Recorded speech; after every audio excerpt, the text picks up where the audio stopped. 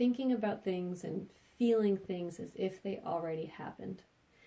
Helping them come true, you need to have your mind truly believe, or as much as you can, that this event has already taken place, and not quite tricking your brain, but having it believe that it needs to play catch up and that this is already a fact. And then the magic of the universe can start working, with you. But if you keep saying things from a place of lack, from a place of wanting, from a place of not having, that's what's going to continue. So I applied for a job that I'm sincerely interested in, and to most people, I've quote unquote needed a job, a regular job, for a while. I've been doing fun things like farmers markets and dog walking and house sitting and, just kind of side hustles, I guess you could say. And they've been working for me, but they haven't been paying all my bills. They've been allowing me to kind of float, but not, get out of debt. So, being in the retail world for 14 years and running my own businesses, multiple businesses, cleaning businesses, car seat technician businesses, design, things like that, I've definitely have gained some valuable knowledge over the years, and I would love to be able to put that back out into the world and take all these experiences, especially over the last 6 months. I believe I've done more growing. 8 months. January I decided that I'm going to venture out into the world and start something new and start something different. I was definitely called, and so I followed my heart, and in this journey have become very connected with myself and my higher self, which everyone has a different word for it: universe, source, goodness, creator of all that is, God. There's all these different things, but the truest version of myself, the one that I trust the most, the version that when I know, when I get to that point, that is the best version of me. I love and like and respect everything about that version. And I've used meditation and cannabis to reach and meet and feel and experience that version, that highest self, that truest form, that most connected, where all the thoughts easily flow in and the ideas come in faster than I can write them down, literally. Everything is clear, focused, all problems are easy to solve. I'm the most patient, the most kind. I don't have any of the, I don't want to say issues, but when I'm not in that place, thoughts can come in very quickly, quicker than I can decipher, and sometimes I accidentally take the wrong advice for myself, thinking that it's my higher self, when really it could be a version of the ego or of fears and doubts and worries and things like that. So this is an example of my writing that I did tonight to say how I feel about how happy I am that I got this job at Graffiti Beach.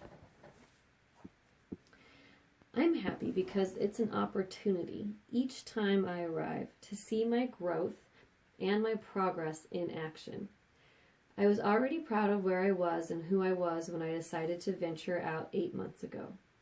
I trusted in the universe that I would not only be fine, but fully supported, and I was. I learned to trust with my heart and not solely with my eyes and brain.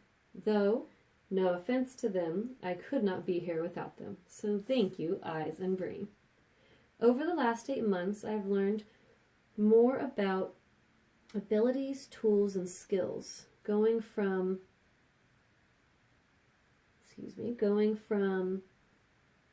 I can't read my own handwriting there, something, to being capable to actually accomplishing.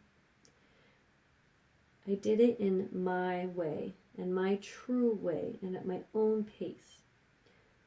A lot of times people did not agree with this, didn't understand it, or feared it.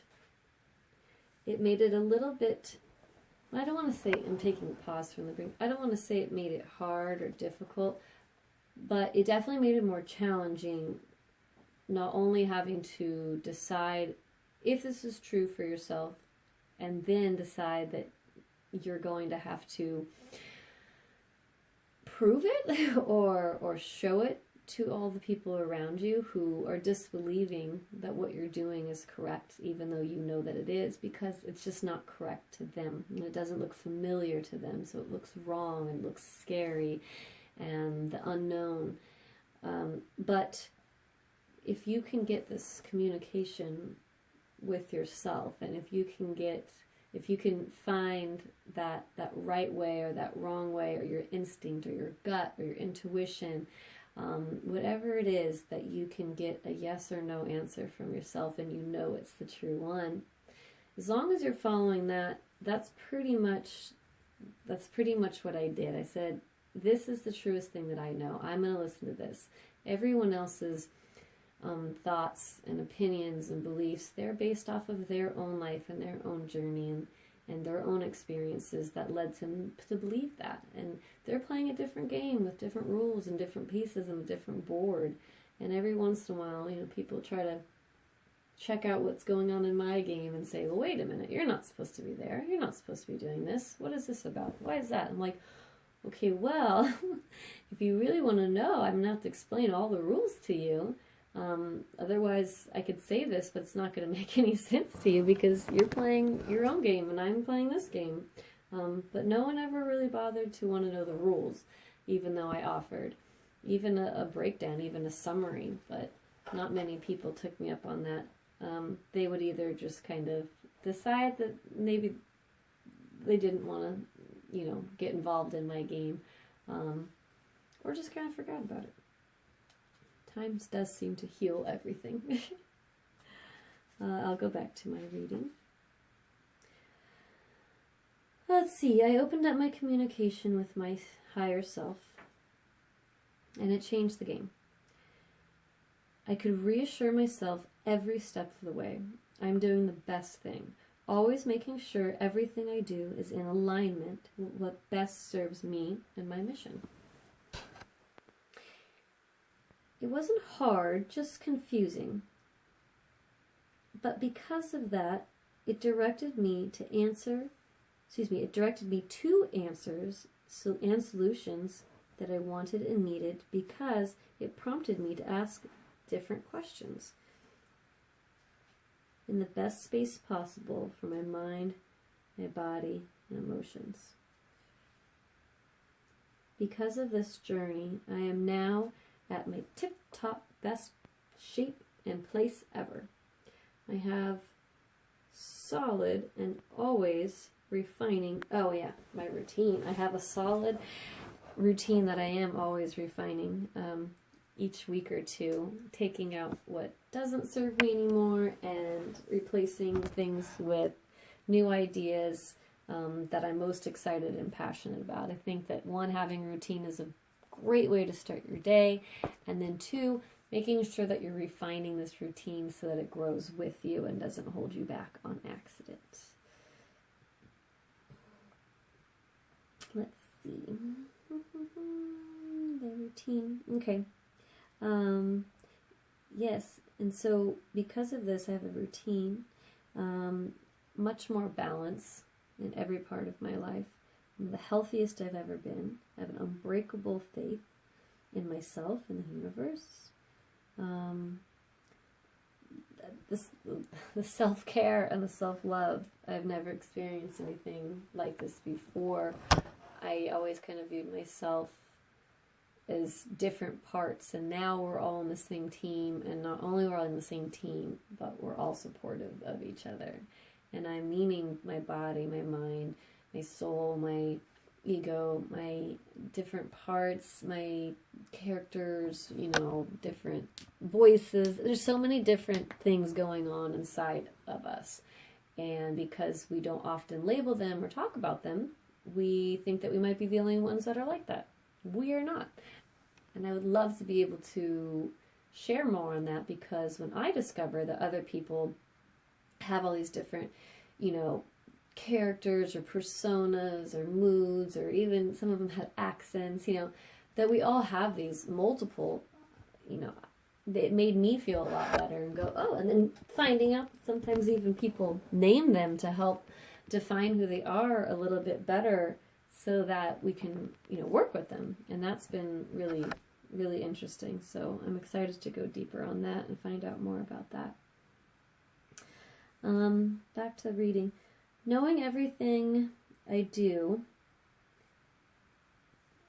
I wasn't expecting to reread this on recording, so towards the end of this it got like sloppier, and now it's interesting reading my own handwriting now. Anybody who knows me knows my handwriting is not the best. When I am paying attention to it and it's slow, it's totally fine, but the second that I start to hurry, then it just, bleh. Knowing everything I do, think and feel is now from love, with love, for love. And that's something that I feel a lot, that yes, everything that I'm thinking and feeling and doing and action, it's coming from love. It is coming from a good place. And it's coming with love. I am sending it with love. My actions show love. My words show love. My listening is expressing love. And then it's for love. It's for the good of anything, for the good for somebody, for the planet, for, the collective conscious. Like, it's all about love. But breaking that down and what it means and how you can do that and what it feels like, I think it's really important. A lot of people don't realize that they're already doing it, or realize how easy it is to do. I can be happily content with all the choices I have made and will continue to make. Everything I feel has been upgraded, evolved, and enhanced in some way, and now I get to share that. This job is perfect for me because I really do love fun challenges, keeping me on my toes. Using, it says pants, but I feel like it's not pants. Parts. Yeah, the N looks like an R. Using parts I haven't used in a while. Sharpening my tools, discovering new skills, improving my communication, and helping others, which is huge, because that is absolutely my mission, is different ways of helping and serving others. Being able to reference something I feel, that's weird, being able to reference something I feel. I think I was trying to find a nicer way of saying being able to look back at something and then have a sense of pride, because it was saying being able to reference something I feel a sense of pride and contentment. I'm thrilled to be a part of a team again. Not just any team, but a magnificent team with inspiring women, an encouraging environment, and continuously motivating each other. I love feedback and accountability. I love to be surrounded by lovely things that help ensure comfort and ease. And I love talking with people. And it's really true, because I worked in a resale store, so we didn't always get the best, fixtures, and we didn't have new products and new shelving and things like that. It was resale. We didn't want to mark up our prices a lot, and there's a lot of overhead, and we'd have like theft problems sometimes. So we didn't really get to invest a lot in the display of the store and the way that it looks. So my part was just making it look as nice as I could, working with what I have. It's what I thrive on. You give me something, and then I will absolutely make the best of it, of what I can. The situation, the perspective, physical thing, location. I'm I'm very adaptable for sure, and I just love making things look nice and pretty and symmetrical and aesthetically pleasing. It's ingrained in me that it just, I can see exactly what it's supposed to look like immediately. And when I don't get to do that, it is, you know, it's, I have to then rearrange my attention on something else, because it'll eat at me if I stare at it and know what it could look like and it's not. So being at the store, it's so nice because it is nice fixtures and it is new and it is clean, and when you have something so nice and clean, it's so much easier to want to keep it nice and clean. It's just maintaining. It's like after you get your car washed, or, you know, vacuumed out, it's like there's a wrapper on the floor and you're like, oh my gosh, I gotta get that wrapper, because it just stands out because everything else looks so nice. But eventually over time, when your car gets really crazy and there's trash everywhere and there's your clothes and your shoes over here and your gym bag over there and a book over there and your water bottles, if there's a wrapper that falls on the ground, you're like, whatever, I'll get it when I get everything else. So it definitely makes a difference, the environment that you're in and how much you want to upkeep it and prolong that beauty. And so the nice part about this team is that it's not just one person. Everyone's always consistently keeping things up. And that was, you know, I think a little issue that happens in a lot of companies and businesses is that often what I see is it falls on either one or a few people rather than the whole entire team. And sometimes it happens consciously and subconsciously, but a lot of people just kind of take it and they say, okay, well, I'm going to do my part, I'm going to do my part, I'm going to do my part, and that's fine. Thank you for doing your part. But I think what's also important is that when you start to notice that happen, is that we bring it up and bring it to surface and have a conversation about it with management or HR, however you would like to move forward, and so that it can be brought up many times. Other people don't realize it's happening or really don't mind, you know, picking back up right where things got left off. If you are in a business and in a company, it's a family, it's a community, and we're supposed to be helping each other and making things easier for each other, not making things harder. We're already there to do a job, and then if you have to feel like you're doing something extra, especially something that might have been a responsibility for someone else, that can start to weigh on how you feel about that job. And I see many employees leave, not because they didn't like the job, but simply because of the responsibility that they were taking on, or maybe if they brought it to management and management didn't know quite how to handle it. So that's another thing with this YouTube channel that I'd like to do, is talk about different ways that are really great for communicating on both sides, being on the management side and being able to have situations come up or arise, and then have a place that you can go to reference, like, okay, what's a good way to handle this situation? And same with employees. I have the situation and I want to know how to bring it up to management or HR. And so that's just one of many, many, many examples of communication breakdown that's happening, and it is worldwide, and it is on every level, from common courtesy and decency all the way up to, I mean, it's just everywhere. There's so many situations that could be either avoided completely or much different. They could be so much easier and lighter and end on a happier note if there was a communication that either one side or both sides not only knew about, but knew how to use. And so I would like to take things step by step and help people pick up these easy little tidbits, these easy little tools that you can use.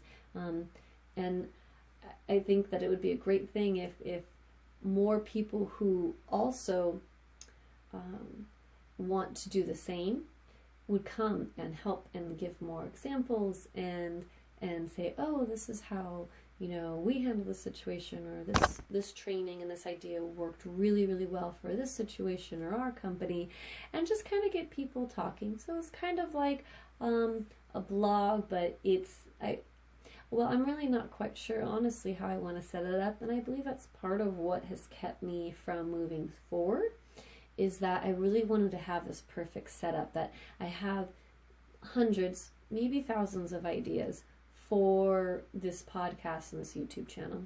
I have a different idea every day. And every time I talk to someone about it, it's a different segment. So, I mean, it could just go on and on and on and on and on and on and on.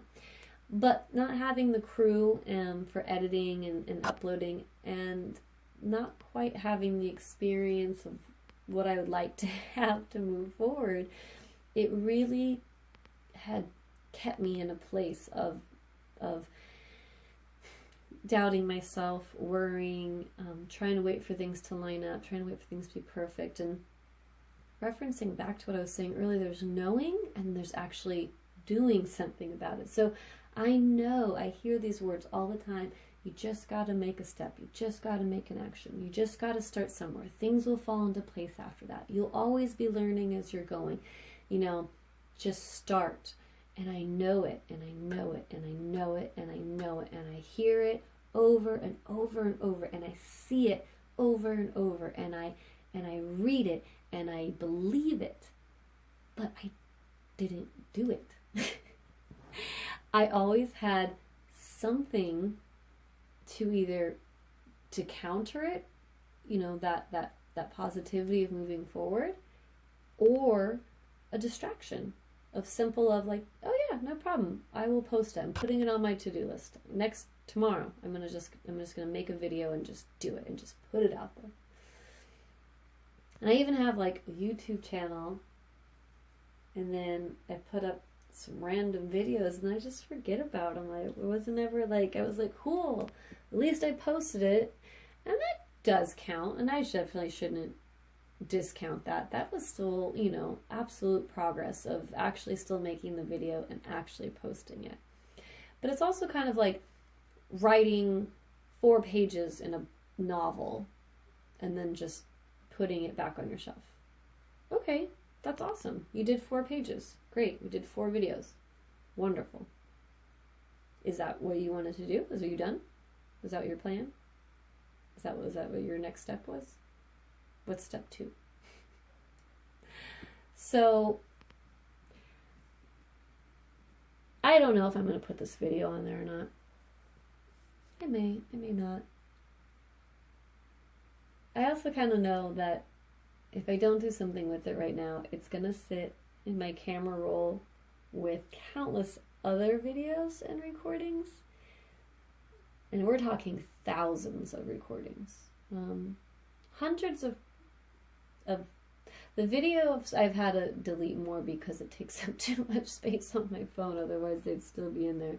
But the recordings, the audio, that is thousands. Yeah. But it's also my way of expressing, of getting out my thoughts.